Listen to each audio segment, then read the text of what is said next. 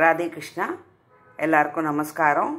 இன்றைக்கி நம்ம பிரேக்ஃபாஸ்ட் இட்லி உப்புமா. இட்லி உப்புமா செய்யறதுக்கு 2 இட்லியை ஊற்றி வச்சுட்டுருக்கேன். இது எல்லாருக்கும் தெரிஞ்சது தான், இருந்தாலும் சொல்கிறேன். அதுக்கப்புறம் நல்ல செக்கு எண்ணெய் 2 ஸ்பூன் விட்டுருக்கேன். உங்களுக்கு வேணும்னா இன்னும் 1 ஸ்பூன் எக்ஸ்ட்ரா விட்டுக்கலாம். அதுக்கப்புறம் கடுகு, உளுத்தம்பருப்பு, கடலைப்பருப்பு, பெருங்காயம், கருவேப்பிலை இதெல்லாம் போட்டுட்டு அந்த ஊற்று வச்ச இட்லியும் போட்டுருங்கோ. இட்லியும் போட்டுட்டு மிளகாப்பொடி, தோசை மிளகாப்பொடி, இட்லி மிளகாப்பொடி அரைச்சி வச்சுருப்போம் இல்லையா, அதை உங்களுக்கு எவ்வளோ காரம் தேவையோ அந்த காரத்துக்கு அளவு போட்டுட்டு பண்ணிட்டோன்னா அவ்வளோதான், நம்மளோட இட்லி உப்புமா ரெடி ஆகிடும்.